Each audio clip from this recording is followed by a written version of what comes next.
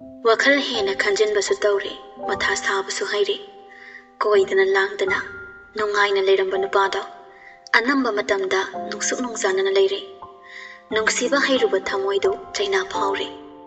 Karimata khanthada laimaida hipthari. Mamitsu tamna uisili. Tanjaduda thongdu thilei.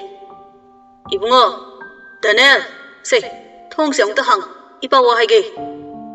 Hiptuna leirambadagi tamna hogutuna thong hangi. Kaidaroge, adu am phing na chang amka. Kaidare, adu yam phing na chang khribato. Kadai da chalubano. Kanana kari tawrpano, ipada sing hayusi. Thabaga ma chaluba. Ada isado nungairaktabaduda. Mapa ibong wado machanupada yengai munna. Daniel mamaido amuktang nantharaga. Ay ngaktang pothagi baba. Mapa ibong wado masanupana pothagi hairakpanduda. Ahen bawa amata hairuba ngamdri. Mathangi namituda nganbana loina chenduna operation tawduna nungdu lokthokri. Namit kharani hokri.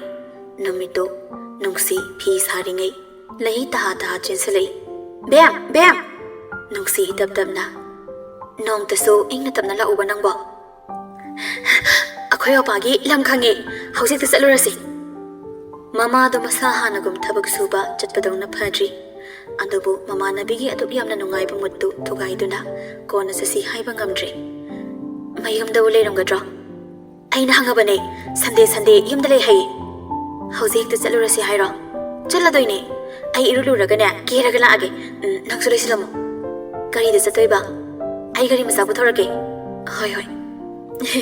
Khara thorogo ai parpap lakdoini. Chen khi amu iping na nungsi nokmi. Mama nabi adugi matau yengi. Aduga kondagi tapna kumtharaktuna. Mama gi manakta changai. Ima, lehi gi thaba ama chatmi nausi amta chalurage. Kadai dano kari thabak no. Kayam koidoiba. Khangdi khara thura male. Iping na thaba ama sasikak hairamlaga adam chenkri. Pang thingdi thengakanuko. Hoi thengawai. Pare listen zauro. Somdana kuiroi thaba ma phajaluse aduga mu thinbiramge. Belikna ngasi no mukhakti isal masaga leijage da naibo. Isal masa su pukhise. Yabirani ei hainage nang ta karan tarakano. As nganba nang adum chaloba. Ai potharage do. Kuiroi me nang pothaba matam yamna sangna phangni. Ithanda chapado nungai di tawbani. Noi Daniel ga chalo. Madu engangdo pharak tarakani yaroiba. Kari pharak nangna khangaroi. Asumna mane hek ngamdana animak puraga chatkre. Asomda anido isau langnari nungsigi mayumda lahina. Kari no haibanida. Aina aduk phajana khara thuna loisillo hairamaga thobam taramisibu. Nangi sayu sitira. Amado wa amada khomde masam hali. Tap takiraga lakpa inaga hali sibu kari gino sini. Napa se aigira nangira lumudui se. Taning deda chaichang patang hek ngangadana. Anghaw bisidi. Ai ngawi khangadi kari gi thengino. Aina habado inba kaidauge. Wada khare kana ngang. Ima taragane naklap da maina santhazarani. Lehi masindo makuna phatmeli. Oima kawi. Yare lao. Anida tholak minare lahina gari thauduna nungsina maningda tongduna lak minare wari sulipte. Horen thengnardi kari haiduino. Yumda hanba ngamare hayo. Adudi kitang thumale. Adudi chakhumdaga changlaga chaka thongdo piramo. Adai waiga sipiramo. Inempok mangdei kaida. Nanempok na imang maramo I hairaktoini ne. Adudai masanapana yadrasu masanapadaga haidoine. Ibungo hauziki napido masak phajabido maramokpido imau ithoksi kaina. Adagi hana yaramdrasu nangdo phabanina manasu tapna nang nungsiraani. Adai lunaga tawbirani. Aidi hayengwai inempok luna tawdoine. Mayamangdaga inempoka sanai kaina haina handoine. Nanempok na nangsu luna tawbirani. Ado moy masin manaw kayano. Khangdi adudi mayamba malehilasi. Hoi. Adudai noina sega nanga jaga si thongminarani. Aina sak thonglagana isina hinjang semlani. Isina sak thonglagana aina hinjang semlani. Adai kongado pulap phingminarani. As thi nungai ni bo. Aw, nungthil ga se singju suminaraga jaminarani. As lekai thobaga se puna puna chatlaga as yam nungai ni bo bem. Nungai bada gari do khongba na thodani ko. Gari do jum di tho. Thau ni he. Khongban hairaga kainom khale. Kaino. Khongban da thoda sira. Aduga imot motlaga moida jangase khangdaba saraga adai mana isinga piraga aikhoi gi mating panglapado thi nei roidro hoine adumai tawringai thenghalaga chenba yaine he madu yaroi aidi ha ai yauri sidi hoine chummini haiduna nokminai oithoktaba nungai bu wakhal kaya ama sagatuna beliki mayum thirei amada amukhang As bam, mi amagi mayum thibase, araiba oiramdre. Lahi wariba, hayeng amula se. Ngasi phangdana toy, asuwana laaga. Ningtham thasida humang kange bai.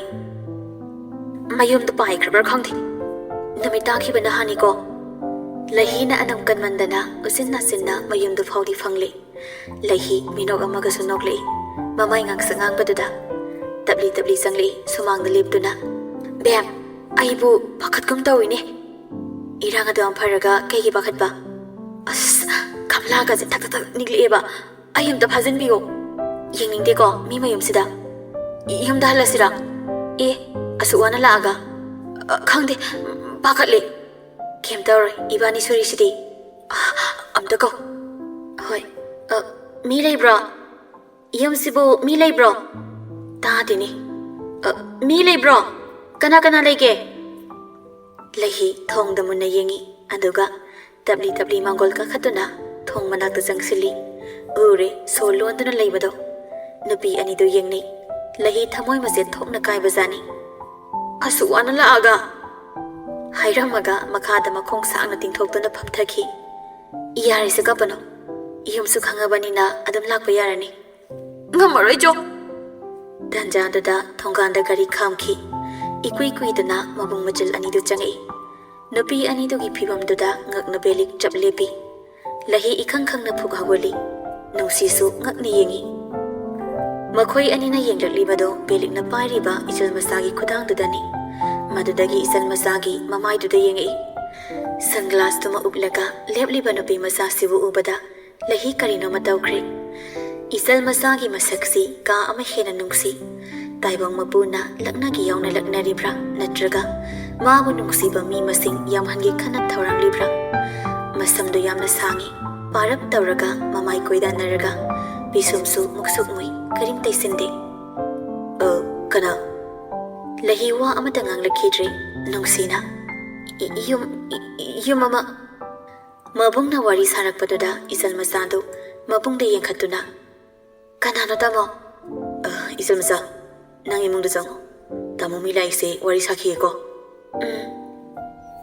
tabli makhut na maduna chatpa hauki lahi do isal masadagi mi yeng hongdok pangam khidre kari hangbano kari lege nongsi khumpham ama khangdre ngan ba podom ani pairaga changlakpada ahum dugi phibam du dangakna kaidori bano ani disida mana yum thiru sena lapane belikna Karigi egiyumde khangde ngan bana bai phawrase nupi masana lai ngesida nupi ani do yengnei aduga ngamaroi hairamaga lahi chenkre nungsina ngai khuo hairaga tanaki ngan banoktuna beligi pambomna thilli aduga nairo handakti khara hairamaga thokre lahi amadi nungsi gari do parap thoduna lakle Kaino, moy masan na biro mado. Male. Yamna nungsi yangang do. Lahi kumde. Masaka do ipapazaraga. Ay moy dalay bang amaroy. Karige. Ay moy dalay radi mutiwang wala ni. Moy masan na bimamang da ikaizara ni. Nang nihik ngang lagpasima.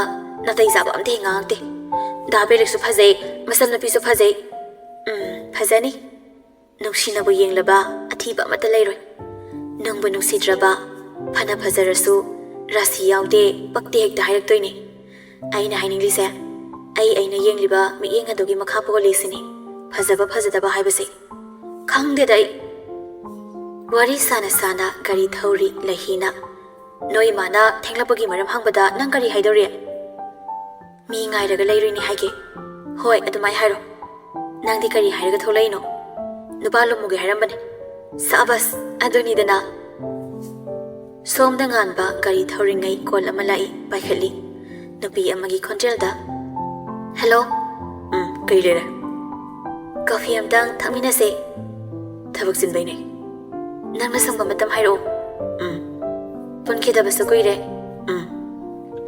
ꯐꯣꯟꯗꯒꯤ ꯅꯨꯄꯤꯗꯣ ꯈꯣꯟꯖꯦꯜ ꯃꯦꯡꯉꯤ ꯏꯀꯦ ꯀꯦꯁꯤꯟꯅꯩ ꯅꯨꯄꯥꯁꯤꯅ ꯈꯨꯝꯂꯤꯕꯁꯤꯅ ꯏꯇꯦꯟ ꯇꯦꯟꯅ ꯕꯤꯠ ꯂꯩꯇꯅꯅꯤ ꯍꯌꯦꯡ ꯄꯨꯡ ꯀꯌꯥꯗ ꯁꯪꯅꯤ ꯈꯪꯗꯦ ꯅꯪꯅ ꯊꯕꯛ ꯍꯜꯂꯛꯄ ꯃꯇꯝꯗ ꯉꯥꯏꯔꯝꯃꯣꯔ ꯑꯩ ꯉꯥꯏꯔꯝꯒꯅꯣ ꯊꯝꯃꯣ ꯌꯥꯔꯦ ꯉꯥꯏꯈꯨꯑꯣ ꯃꯤꯅ ꯉꯥꯡꯕ ꯈꯤꯇꯪ ꯇꯥꯎꯕ ꯀꯩꯅꯣ ꯗꯥꯏꯔꯦꯛ ꯍꯥꯏꯌꯣ ꯀꯣꯊꯔꯒ ꯂꯩꯒꯅꯣ ꯑꯃꯨꯛꯇꯪ ꯎꯅꯁꯦꯕ ꯑꯩ ꯊꯕꯛ ꯌꯥꯝꯅ ꯆꯤꯜꯂꯦ ꯃꯤ ꯑꯃꯒ ꯐꯝꯃꯤꯟꯅꯔꯒ ꯀꯣꯐꯤ ꯊꯛꯃꯤꯟꯅꯕꯗꯤ ꯂꯥꯏꯈ꯭ꯔꯣ ꯌꯨꯝꯗ ꯏꯃꯥ ꯍꯣꯏꯒ ꯄꯨꯟꯅ ꯆꯥꯛ ꯆꯥꯃꯤꯟꯅꯗꯕ ꯀꯨꯏꯔꯦ ꯃꯤꯅꯤꯠ 10 ꯈꯛ ꯈꯥꯏꯗꯣꯛꯄꯤꯌꯨꯕ ꯁꯨꯝ ꯇꯞꯅ ꯍꯥꯏꯕꯗ ꯌꯥꯔꯛꯇꯕꯗꯨꯗ ꯉꯥꯟꯕ ꯈꯣꯏꯗꯧ ꯈꯪꯁꯥꯎ ꯁꯥꯎꯅꯤꯡꯉꯤ ꯊꯣꯏ ꯑꯩꯅ ꯍꯥꯏꯔꯤꯕꯁꯦ ꯏꯃꯥꯂꯣꯟꯅꯤ ꯁꯤꯗ ꯅꯪꯅ ꯂꯧꯁꯤꯟꯕ ꯉꯝꯗ꯭ꯔꯕꯗꯤ ꯑꯩ ꯈꯪꯗ꯭ꯔꯦ ꯑꯩꯅ ꯍꯥꯏꯔꯤꯕꯁꯦ ꯍꯨꯏ ꯑꯣꯏꯔꯝꯂꯕꯁꯨ ꯉꯁꯥꯏꯅ ꯒ꯭ꯌꯥꯟ ꯇꯥꯔꯅꯤ ꯍꯥꯏꯔꯤꯕ ꯋꯥꯗ ꯌꯧꯔꯕꯅꯤ ꯏꯀꯥꯏꯕ ꯌꯥꯔꯕ ꯋꯥꯅꯤ ꯑꯗꯨꯕꯨ ꯏꯀꯥꯏꯕ ꯈꯪꯗ꯭ꯔꯕ ꯅꯨꯄꯤꯅꯤ ꯏꯀꯥꯏꯕꯒꯤ ꯃꯍꯨꯠꯇ ꯑꯩꯅ ꯍꯥꯏꯔꯤꯕ ꯋꯥꯁꯦ ꯀꯌꯥꯃꯨꯛ ꯀꯥꯏꯒꯦꯕ ꯅꯪ ꯒ꯭ꯌꯥꯟ ꯇꯥꯔꯣꯏ ꯊꯝꯃꯣ ꯌꯥꯔꯦ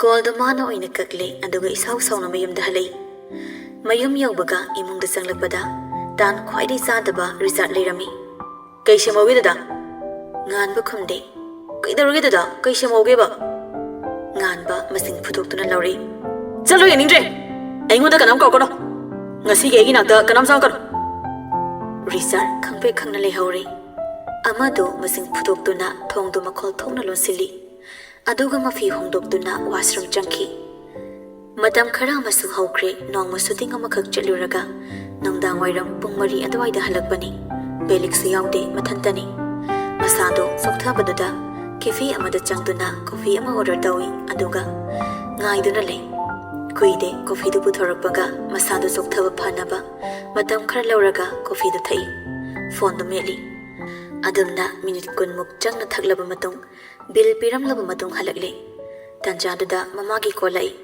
ꯉꯥꯟꯕ ꯇꯟꯗꯅ ꯄꯥꯏꯗ꯭ꯔꯦ ꯑꯃꯨꯛꯈꯛ ꯅꯠꯇ꯭ꯔꯦ ꯍꯟꯖꯤꯟ ꯇꯧꯔꯛꯄꯗꯨꯗ ꯄꯥꯏꯈꯠꯂꯤ ꯏꯃꯥ ꯅꯨꯄꯤ ꯃꯆꯥ ꯑꯃ ꯉꯁꯥꯏꯗꯒꯤ ꯅꯪ ꯉꯥꯏꯗꯅ ꯂꯩꯔꯦ ꯅꯪ ꯀꯗꯥꯏꯗ ꯂꯩ ꯊꯕꯛ ꯂꯣꯏꯗ꯭ꯔꯤꯕ꯭ꯔꯥ ꯀꯅꯥ ꯅꯨꯄꯤ ꯐꯤꯂꯝ ꯗꯥꯏꯔꯦꯛꯇꯔꯔꯣ ꯅꯠꯇꯦ ꯂꯩꯁꯥꯕꯤꯅꯦ ꯏꯃꯥꯅ ꯃꯁꯛ ꯈꯪꯕ꯭ꯔꯣ ꯀꯅꯥꯅꯣ ꯈꯪꯗꯅ ꯂꯩꯔꯅꯣ ꯄꯔꯞ ꯂꯥꯡꯅꯕ ꯇꯧ ꯏꯃꯥ ꯃꯊꯥ ꯁꯥꯏꯀꯣ ꯑꯩ ꯊꯕꯛ ꯋꯥꯠꯂꯤ ꯀꯣꯟꯅ ꯎꯅꯁꯦ ꯍꯥꯏꯒꯣ ꯏꯃꯥꯅ ꯍꯥꯏꯔꯕꯅꯦ ꯌꯥꯗꯕꯩꯅꯤ ꯅꯪꯉꯣꯟꯗ ꯀꯣꯜ ꯇꯧꯔꯛꯂꯤꯕꯁꯤ ꯃꯥꯅ ꯇꯧꯕꯗ ꯅꯪ ꯄꯥꯏꯗꯦ ꯍꯥꯏꯅꯦ ꯉꯥꯟꯕ ꯃꯁꯥꯗꯣ ꯋꯥꯅ ꯋꯥꯕꯒ ꯀꯔꯤꯝ ꯍꯥꯏꯔꯝꯗ ꯀꯣꯜꯗꯣ ꯑꯗꯨꯝ ꯀꯛꯂꯦ ꯑꯗꯨꯒ ꯇꯟꯗꯦ ꯃꯥꯟꯗꯦ ꯃꯌꯨꯝꯗ ꯍꯜꯂꯛꯏ ꯃꯁꯥꯗꯣ ꯋꯥꯔꯕ ꯐꯥꯎꯕ ꯃꯌꯨꯝꯗ ꯍꯟꯅꯤꯡꯗꯕ ꯍꯥꯏꯕꯁꯤ ꯉꯁꯤꯅ ꯑꯍꯥꯟꯕꯕꯨ ꯑꯣꯏꯔꯝꯅꯤ ꯌꯧꯗꯕꯗꯤ ꯌꯥꯗꯕꯅꯤꯅ ꯃꯌꯨꯝ ꯌꯧꯔꯦ ꯒꯥꯔꯤꯗꯣ ꯒꯦꯔꯦꯖꯇ ꯈꯥꯝꯂꯝꯂꯕ ꯃꯇꯨꯡꯗ ꯏꯃꯨꯡ ꯆꯪꯂꯛꯏ ꯌꯨꯝꯌꯥꯏ ꯀꯥꯒꯤ ꯁꯣꯐꯥꯗꯨꯗ ꯃꯃꯥꯒ ꯊꯣꯏꯒ ꯐꯝꯗꯨꯅ ꯂꯩꯔꯝꯃꯤ ꯉꯥꯟꯕ ꯕꯤꯠ ꯂꯩꯇꯅ ꯆꯪꯁꯤꯟꯗꯨꯅ ꯐꯝꯃꯤ ꯀꯩ ꯂꯩꯔꯦ ꯊꯣꯏ ꯏꯍꯥ ꯍꯔꯥꯎꯅ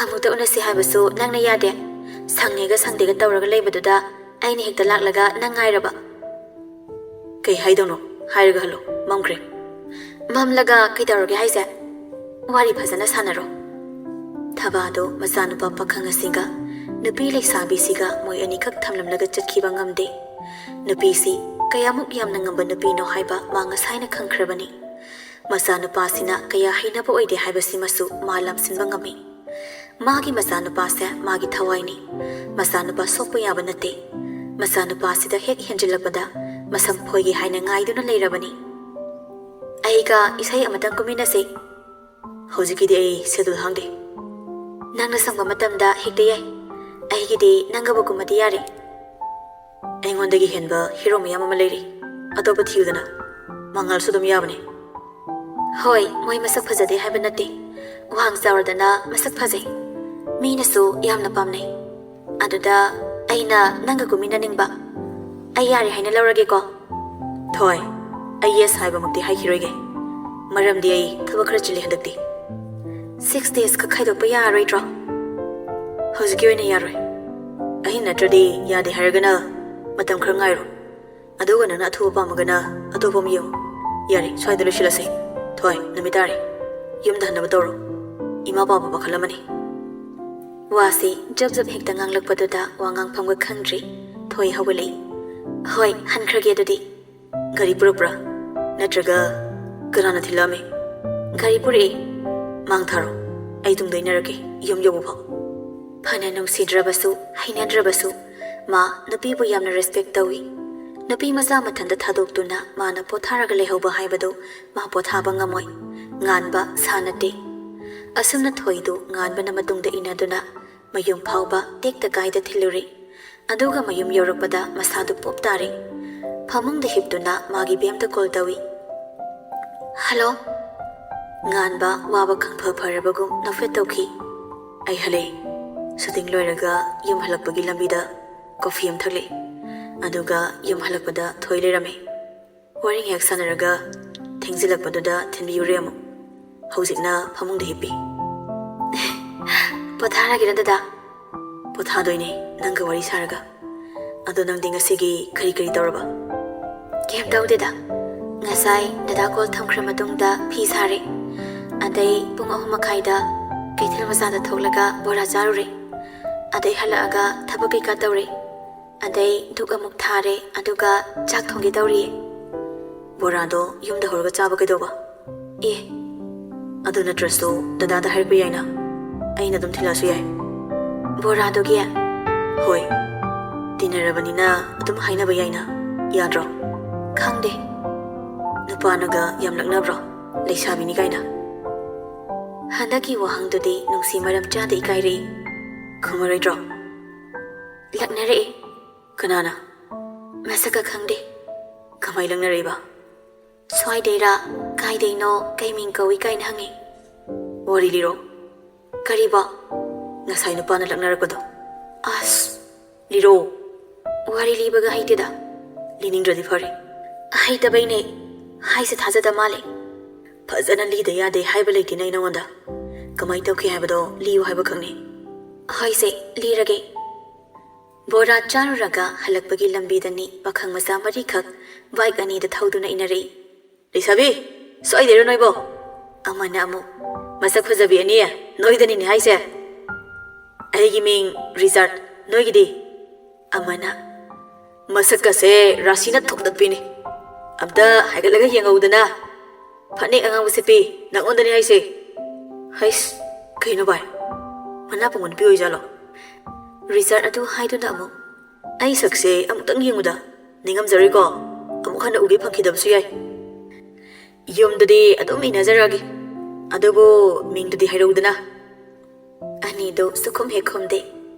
asumna yum yaure nupa khaide su hankhri nganba wakhallamadi khali result hairiba mingduga jagat nariba khusat nagatduda kaino makhali red cheli base nangla madura ai ne phare matung mapan thokanu ko